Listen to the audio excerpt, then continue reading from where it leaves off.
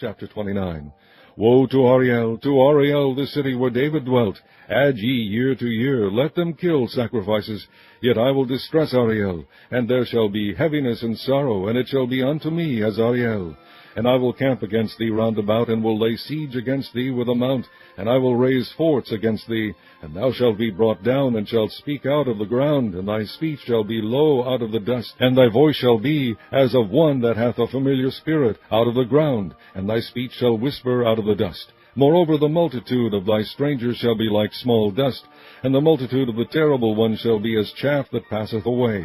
Yea, it shall be at an instant suddenly. Thou shalt be visited of the Lord of hosts with thunder, and with earthquake and great noise, with storm and tempest, and the flame of devouring fire. And the multitude of all the nations that fight against Ariel, even all that fight against her and her munition, and that distress her, shall be as a dream of a night vision. It shall even be as when an hungry man dreameth, and behold, he eateth, but he awakeneth, and his soul is empty. Or as when a thirsty man dreameth, and behold, he drinketh, but he awakeneth, and behold, he is faint, and his soul hath appetite. So shall the multitude of all the nations be that fight against Mount Zion. Stay yourselves, and wonder, cry ye out and cry. They are drunken, but not with wine. They stagger, but not with strong drink. For the Lord hath poured out upon you the spirit of deep sleep, and hath closed your eyes. The prophets and your rulers, the seers hath he covered. And the vision of all is become unto you as the words of a book that is sealed, which men deliver to one that is learned, saying, Read this, I pray thee. And he saith, I cannot, for it is sealed. And the book is delivered to him that is not learned, saying, Read this, I pray thee. And he saith, I am not learned.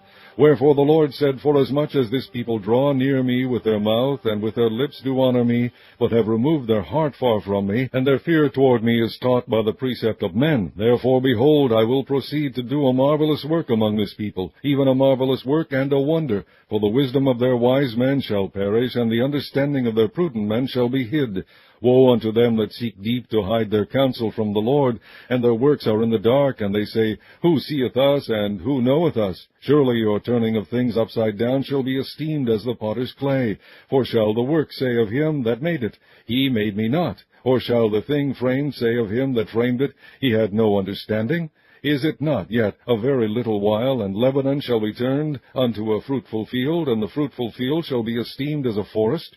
And in that day shall the deaf hear the words of the book, and the eyes of the blind shall see out of obscurity and out of darkness. The meek also shall increase their joy in the Lord, and the poor among men shall rejoice in the Holy One of Israel. For the terrible one is brought to naught, and the scorner is consumed, and all that watch for iniquity are cut off.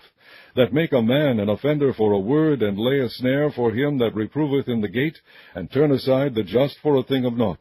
Therefore thus saith the Lord, who redeemed Abraham, concerning the house of Jacob, Jacob shall not now be ashamed, neither shall his face now wax pale. But when he seeth his children, the work of mine hands, in the midst of him, they shall sanctify my name, and sanctify the Holy One of Jacob, and shall fear the God of Israel. They also that erred in spirit shall come to understanding, and they that murmured shall learn doctrine.